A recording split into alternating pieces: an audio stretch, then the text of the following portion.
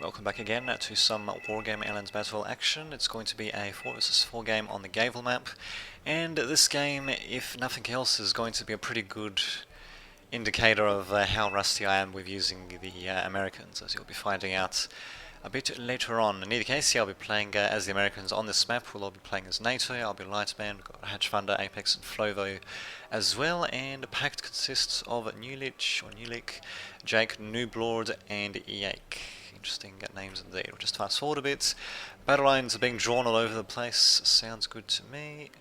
Although as you can see, NATO, even on the at the very beginning, has got more flares than Pact does. Doesn't necessarily mean we'll win, but yeah. Well, usually using flares and all that is a good indicator of having a more cohesive team, but whatever, we'll see what happens. We've actually got an interesting little artillery barrage to start things off with, and yeah, I'll be starting off with craploads of starships, which I'm meant to fly after all. We'll see how that works out. Very interesting little ATGM tanks, although they do have a couple of heat rounds as well, but yeah, mostly just there for the ATGMs. Unfortunately, Ig is going to be able to reach Lima's buildings before I am, and of course he's going to be deploying ATGM infantry to be a general pain in the ass. So I should have brought in flame tanks or something like that to go after the concorders. But, well, Abrams is going to take the brunt of their damage. Starship's going to be going after BTRs, strangely enough. Actually, I should have sent in some cheaper tanks as well, just even cheaper than Starships, just to rush ahead and to try to, you know, at least target the infantry that are in these buildings, even though they'll probably get destroyed in the process. But still, it would have been a better idea, actually, because as you can see, everything has been kept at a bit of an arm's distance. Mostly just to take out their own vehicles first, but I believe their BTRs are cheaper, well, definitely cheaper than the Abrams, but I'm pretty sure they're cheaper than the Starships as well. So unfortunately, the point is this Lima, it's going to be seized by, going to be seized by Pact, but we do have the initial score advantage, so we'll see how that works out. As time goes on, we also do have the initial advantage in Echo, by the looks of it.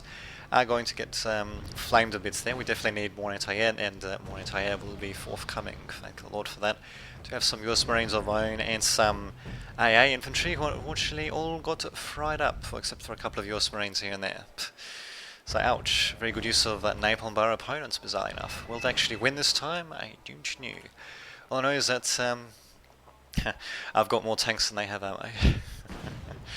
Well, actually, I don't really have more tanks than they have ammo. It's just a matter of the fact that Concor's probably missed a few times.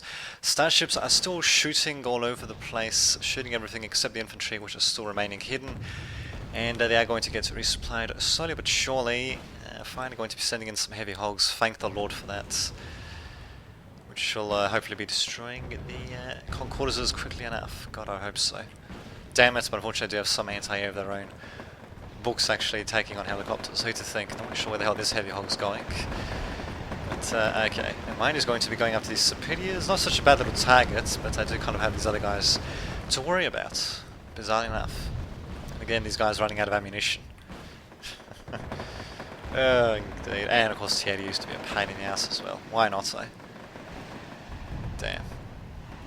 Definitely could have done a bit more anti-air myself. But yeah, good job actually to Eek gaining these buildings before I did. We do still have an initial score advantage over opponents. We'll just have to see if they will build on that advantage or not. So Echo is going to be a bit of a decider. Since we do have loads of our own infantry in there, we could very easily put in our own command vehicles. One command vehicle in there as well. The opponents could theoretically put something in this forest or this one here, but we pretty much control Echo even if we are getting bombed to hell and back. Just need some more anti-air to take care of them, that's all. Now, what the hell was this thing that just went down? Maybe an enemy aircraft? Don't you know? These guys need to get the hell out of there in any case. Roland 2 is finally coming in. Could do some more standard anti-air or some non-radar based anti-air just to help them out. And I'm going to be I'm going to continue mounting attacks on the buildings. If I can actually secure them, that should make things much easier for myself, to say the least. Even got Karen and Jagdpanzers coming in for Hatchfunder just to help out. Sounds good to me. A couple of Tau Jeeps as well coming in. And, okay, it's interesting that Steam message didn't pop up actually. Probably because of the fact that I'm running, well, it opens up an older version of the game if you have an older replay. which is what's happening here, and apparently that happens without the Steam overlay being enabled. So there you go, I'll be replying to him soon enough. We'll just have a look at what's happening here first. All my guys are just going to be coming down this highway to hell, as it were. And yeah, they're actually going to be rushing the opponents, essentially. Unfortunately, the riflemen are going to get panicked as well by the bloody artillery. Although so some of the T-72s will get panicked as well, so if they can get close enough, I suppose it'll be better than nothing. So riflemen, not really sure why I was just sending them out like this. I should have sent them out in conjunction with tanks and all that behind them, so the riflemen would basically just act as, well, that'd be a tanking for tanks, essentially. But yeah, the way I'm doing it here, yeah, very strange, just sending them out on their own. Bit of a slapdash strategy by myself there. Even leaving a heavy hog behind here for some reason. Might be able to take... oh, no, never mind. Okay, well, he lost all of his ammunition, or maybe he spent it all, don't really know. I think I've forgotten about him by this stage anyway. And I don't believe it. 2 cannon and Jagdpanzers of all things coming in to destroy the UAZs, bypassing the T-64 BMs, Concorders, Tunguskas, recon helicopter, and a book as well. Very nicely done by Hatch Thunder, actually. I've got to hand it to him. He's using incredibly cheap units. Shit, he's so close. There we go. Yeah, using incredibly cheap units to bypass much more expensive units and just to deal the killing blow where it counts, essentially. Very nicely done by Hatch Thunder there. These T-64 BMs and Tunguskas and everything else are not exactly cheap, and they essentially all got bypassed by a nice little sideways swipe by Hatch Thunder. I mean, he did lose a couple of cannon and Jagdpanzers, but they're incredibly cheap. They're like 10 or 15 points each, so there you go. Our riflemen finally going to be closing in on these Concorders, and there we have it. They're probably going to be destroying the Concorders pretty quickly as well, actually. Well, I'd hope so. I mean, Jesus, these are the 2-man squads we're talking about. So at least I will be taking them out. Unfortunately, I do still have more Concorders to worry about. They are going to still be calm, despite the fact they've got artillery hammering the shit out of them. And this thing's actually run out of machine gun ammunition, I'll be damned. Oh, it's just great, these guys are still calm, so it's this guy. Vulcan's doing whatever he can, but I think he's going to get taken out by the KPVT. This was a bit of a mistake on myself there, not leaving adequate protection in the forest. Just a couple of infantry squads would have been more than enough. But the BTR actually might get destroyed, and he is going down actually, so very lucky by myself. Unfortunately, these other BTRs will continue coming in and will probably destroy me. I mean, if I just had a couple of infantry squads that could have taken out the BTRs, probably panicked the shit out of the surviving Motostelskis, but unfortunately it was just not meant to be. I do try to retreat. Vulcan at least manages to survive, but the Irehawk does get destroyed there, so a bit of a crappy maneuver by myself there. I just needed way more anti-air here, as you can see. We got an MI-24V. He's basically on my doorstep. You can almost target my spawn point, in fact, and he's just going to town on my units here. Very, yeah, I don't know what the hell I was thinking. Basically, with the amount of anti-air that I had there, I hopefully will be advancing the Chaparral as quickly as possible, but of course the Mi-24V is going to continue upwards and onwards, of course. Back to the enemy base. Well, thank God for these Flak Panzer Japarts. But actually, no, he might get taken out. Although probably not. Really sucks, but oh well. What can you do? Do you have an attempted... oh, never mind, these guys are just interceptors. Not really sure what the hell they're doing, going straight into our territory then. Okay, this one isn't an interceptor, but the other one was the PD MiG something or other. Huh, interesting. Well, in any case, we're overall winning. It's just my front that's suffering a bit, but as you can see, yeah, definitely making a few mistakes here and there. Not properly covering my equipment with infantry and all that, and not properly covering my other vehicles with anti-air either. Thankfully, I do have some anti-air finally, and Japards from Hatch Thunder as well to help out, as well as Vulcan. Sounds good to me. A bit better than nothing, but there you go. The rather bizarre thing with the US is that they get like 4 chaparrals per reinforcement card, which is kind of ridiculous because that's the only anti-air units they get, the only non-radar anti-air units they get that can actually outrange helicopter ATGMs, and you barely get any of them. That seems so strange to me. But I did actually review my USA deck after this round. Might actually review it again actually. But until that happens, we'll just continue Seeing what happens here, these BMP 685s. Ah, they're prototypes, even though they're made in 1975 or deployed in 1975, whatever. In either case, they're going down pretty damn easily. Interesting little things to deploy, especially on their own. I mean, with a bit of support, they might have been alright, but like that's definitely not. And this is what I'm talking about. With these starships, I should have retreated them, repaired them. Same with this Tau, actually, the Tau Jeep. Should have retreated him since he only had one missile left. Brought in some infantry, set them out in front of these ATGM carriers, and let, well, things like the T-80U and all that reveal themselves, firing on my infantry, then fired on them with the ATGMs of my own. But, oh well, live and learn, eh? And of course, anti-air. I should have brought in more anti-air too. But, oh well, what can you do? Apex is in a bit of trouble there. It does have a couple of Leopards coming in. 1A5s? Really? You barely get any of them as Germany, I'm pretty sure. But, well, whatever. He's going to try, although, no, he's actually... No, he's actually... Okay, he's just playing as mixed NATO. No problemo. Well, nothing too surprising there, I guess. Oh god, what the hell are these Rangers doing? Did they just reveal themselves? Possibly, or maybe not. Well, in case, the starship next to them got destroyed. Sucks to be them. I think I was getting these Rangers a little bit too close there. I should have just left them back here, and yeah, they're just going to get destroyed utterly. Just get close in view of that happening, I suppose. Bam, just getting blown to smithereens. Actually, I wonder how much we can slow down this game. Let's see. Okay, so we can't pause it entirely, but we can slow it down quite a bit. Too bad there's not really anything to capture in slow motion. Well, I suppose there's this. Pew. There we go, we'll get this. Damn it, of course these guys have to be in the bushes, but also put them... Well, in any case, there you go, enough of that, let's just speed things up once more. Really, TO-55's firing with their little heat cannons, gotta love it.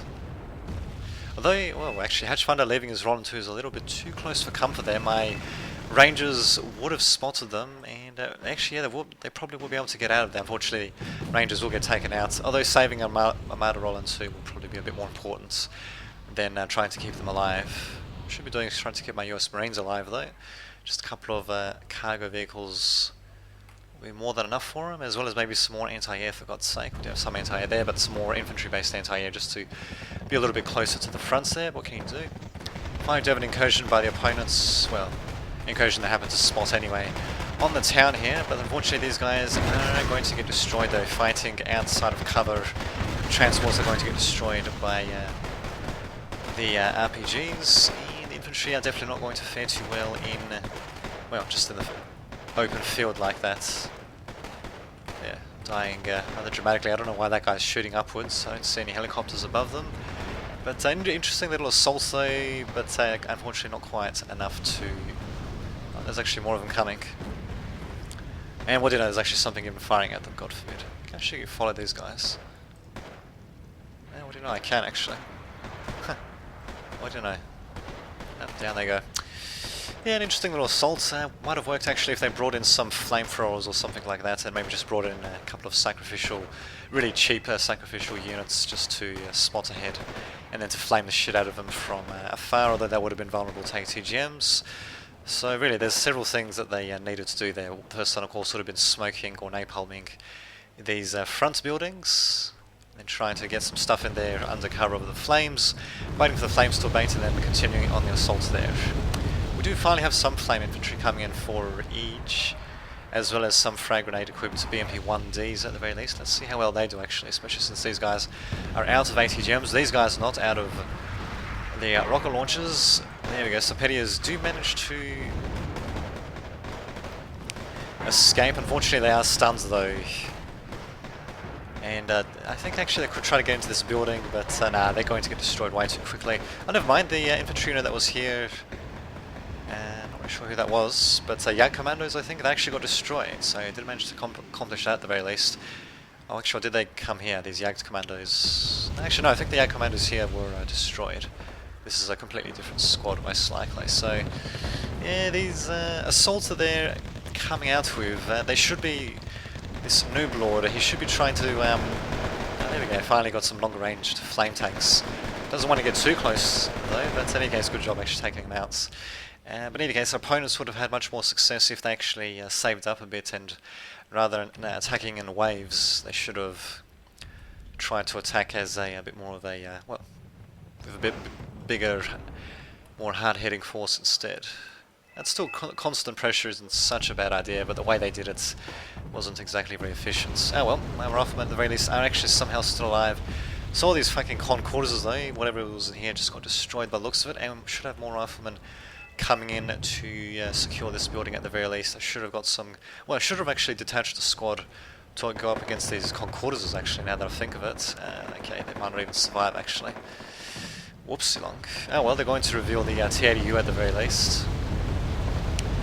And good, the tower's going to go to town on them. And unfortunately, it's a bit of artillery coming in to, just to worry them a bit. Not much, thankfully, though. What the hell is all this smoke around this thing? Well, in any case, forcing back the T-80U. Unfortunately, though, it's still within cannon range of the riflemen, so still continue to do damage there. Towers will continue to go up as much as they can, but yeah, these riflemen don't stand a chance, especially with these flamers coming in. I should have brought in something a bit heavier to follow up there. So actually I'm kind of making the same mistake that Noble Lord is making here, maybe to a bit of a lesser extent in certain regards, in just sending in forces in dribs and drabs essentially. I do at the very least have a command vehicle here, so I did neutralise Lima. We do have +2 points coming in. Foxtrot is still undecided apparently. We've got command vehicles on opposing fields. Haven't really been paying too much attention to what's been happening there. Let's just see what's happening elsewhere. T-55 AM's coming in to do a bit of destruction, and actually it might be able to do quite a bit of destruction. Barely any infantry or anything here to defend. These guys, well, they do have a couple of RPG launchers, but really not really going to be able to do too much against these tanks. I think the tanks should be able to break through them most likely. So they actually did manage to find a bit of a weak spot in our defences, and now we've actually got T-72 Wilkes coming in, really? Definitely not suited for close combat, in my opinion, but whatever, they're going to come in anyway. Bizarrely enough. Noble Lord are going to be also, yeah, he's going to get panicked, but he's also going to be panicking these guys as well. His flamers, he kind of let his transports get in a little bit too close before he disembarked his infantry. It shouldn't make too much of a difference though, because these flamers, yeah, well, as you can see, are just going to flame the crap out of the Panzergrenadiers. Well, at some point. I think actually because of the flames they lost line of sight of them. Kind of amusing, but there you go. Rifle's still alive, these ones are dead. Managing to take out one of the flame tanks, and the other one barely surviving, but yeah, not exactly very cost effective to say the least. We'll see how these guys fare against Marines actually. Yep, starting to lay down some flames. Are these guys actually in buildings? Yeah, I think they are. Yes, they are. These guys, well, they're panicking the Marines actually, so I think they should be alright. Nice sort of use of flames indeed by our opponents, if I do say so myself. Should have, Noble Lord should have been following up with more infantry. He does have more flame tanks coming in. Cooler also coming in by Jacob, bizarrely enough, despite the fact that there's not really anything really worth attacking, strange enough. But well, they're going to fall afoul of my stingers. Might be able to do a bit of damage against their coolers if I could fucking hit them with my stingers. At some point, sometime today would be good maybe. And bam, down goes one of them. Apparently before the missile even hits, or even, well, that's what it appeared to me anyway. Nice job actually attacking the transports, but I think the infantry managed to disembark, maybe not. Only one squad there, but a couple of transports there, more transports than infantry, so I'm not sure what exactly happened to them. Actually caught my Nighthawk dropping an ATGM missile somewhere. And I was actually kind of surprised at the lack of damage that it seemed to do the entire round actually. I mean, granted I was going mostly against, not bad, mostly against more hardy vehicles with the Nighthawk, but I could swear that they must have decreased the amount of damage it does versus armoured targets or something like that. Because, yeah, actually at one point I will be using 2 of them against the T-80U, and yeah, we just have to observe the results for yourself. Actually, maybe they've already been used against the T-80U, I don't know. Well, those the enemies, I don't know what the hell he destroyed, something important probably. All I know is that the enemy is being a massive pain in the ass with these aircraft, to say the least, and I'm not exactly tackling that too well, nor am I tackling the ATGMs particularly well either. I mean, I'm trying, but yeah, I'm just too bloody rusty with the Americans, to say the least. I can't believe these Marines are still alive, actually. Incredible. Should be sending in something in to help heal them up. Everyone's panicked, except for these guys, bizarrely enough. Not sure what the hell he just launched his missiles. They destroyed something. Nicely done. We're still winning anyway, but yeah, it is interesting to see things in hindsight and get a nice sort of close-in view of what the hell's happening at different points in the battlefield. Leopard 2 versus T-72B1s. Okay, it's interesting. One of them appeared to be retreating there for a second. But yeah, because these are nice little cannon tanks, especially with numbers they have, Leopard 2 doesn't exactly stand too much of a chance. And Ulich, yeah, he has been pushing forward slowly but surely, taking territory. In fact, if he kept on going with the proper infantry support or flame tank supports, you know, in case if we had more than just a single squad of Jaeger infantry in this forest, well, he'd be able to very easily take out this command vehicle and capture Foxtrot for himself. Definitely would help his team win. Although on the other hand, we do still have Delta. Echo, well, it is under siege. We do still have one command vehicle still alive there. They could easily send the command vehicle to a couple of different spots, actually. And they would just need to follow up with some infantry and some anti-air for that matter to secure the area. But yeah, they could claw their way back conceivably. A couple of BDRs coming in, don't really think it's going to make much of a difference. Yeah, you never know. We'll see how this ATGM fares. Very lucky miss for those BTRs. These Jaegers, yep, taking out one BTR. The other ones might actually get taken out by the remainder of the rocket launchers. Actually, there goes the second one, and might actually get the other two getting taken out as well. Just see what happens. Yep, there goes the third one, and they still got plenty of rocket launchers actually. So actually, they will be able to take out all these BTRs. Bam! Not too shabby indeed. And of course, these Mortostelskis are going to be stunned and panicked. Definitely being caught outside of their element in the city like that. I'm not sure why exactly Eek decided to send his BTRs like that in the first place, but we do have these flame tanks coming in to flame the shit out of him.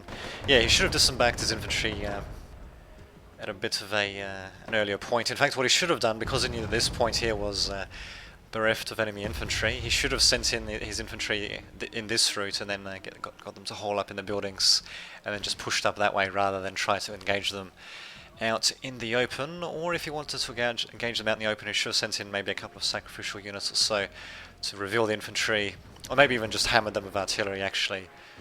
Just be done with it, or yeah, well anyway, just reveal the infantry or just used fire in position with HE rounds of some sort to thin out their numbers and then assault them like that. Wouldn't have been quite as efficient maybe, but what can you do? Nighthawk's continuing to do a bit of damage, and I actually don't mind. They actually do manage to destroy some... Ha, he's going to escape. Yeah, they do manage to destroy some armoured vehicles, I suppose, better than nothing. What is he sending his missile at? Bam, at the flame tanks. Well, look at that, he doesn't take any of them out. He panics them basically, stuns them. What the hell armour do these things have anyway? Well, okay, I suppose they do have some armour, especially on the front, but still, you'd think it would do a little bit more damage than that. I suppose it's better than nothing. There you go. I suppose I'll probably be complaining when I have Nighthawks being used against myself, so there you go. What's quite amazing actually is what's happening on this, let's see, so that would be the eastern flank, because that's north. Yeah, it's been happening here. They've been engaging, my allies have been engaging pretty superior forces actually, but they've still managed to hold their ground, so good job actually. We've got +3 now coming in for some reason. Okay, I think the command vehicle's been taken out, I think by my Corsairs maybe, or someone else's Corsairs, not really too sure. And even got my own Abrams coming out as well, with a bit of anti-air support, thank the Lord for that. So it's going to destroy these things as they come in to do a bit of damage. And okay, there we go, flame the shit out of the infantry. My god, why didn't I follow up with my own infantry, for God's sake? They don't have any recon here, just looking at this now actually. They don't have any fucking recon at all. Oh damn it, I missed out on our dogfights there. Oh well, that guy's going to be evacuating. This guy's probably evacuating as well. Such a shame this guy didn't have more infrared missiles. One more would have done the trick. No, he's actually going to stay there, and doesn't manage to destroy my evacuating aircrafts though. Wow. Actually, is he going to get destroyed? No, he's going to get off scot-free, despite the fact that he flew behind my anti-aircraft. But anyway, looking back on this, yeah, there's no recon along this entire front as you can see. So with no infantry in front here, I should have just been able to send my guys in with impunity. One thing that I kind of don't really like about the USA is that they don't get any longer ranged ATGM infantry, but they do get some 1500 meter ATGM infantry at the very least, which I could have holed up in these buildings at the very least. Well, even just standard infantry would have been better than just, leaving them empty for the opponent to occupy. But oh well. What can you do? Abrams? Wait a minute, let's just have a look. Actually, Abrams, I'm pretty sure, especially since it's the M1A1 Abrams, yeah, should be able to take out the T-72B1 pretty easily. And so calmly as well, while this guy's going to be panicking, as you can see, and down he goes. So, good job indeed. But as you can see, again, I'm advancing this Abrams without any anti-air support, any real anti-air support. And why the fuck is it doing that? I've got no idea. But anyway, and yeah, now he's going to fall prey to the ATGM launcher of the Akula. So, very nice use of it indeed.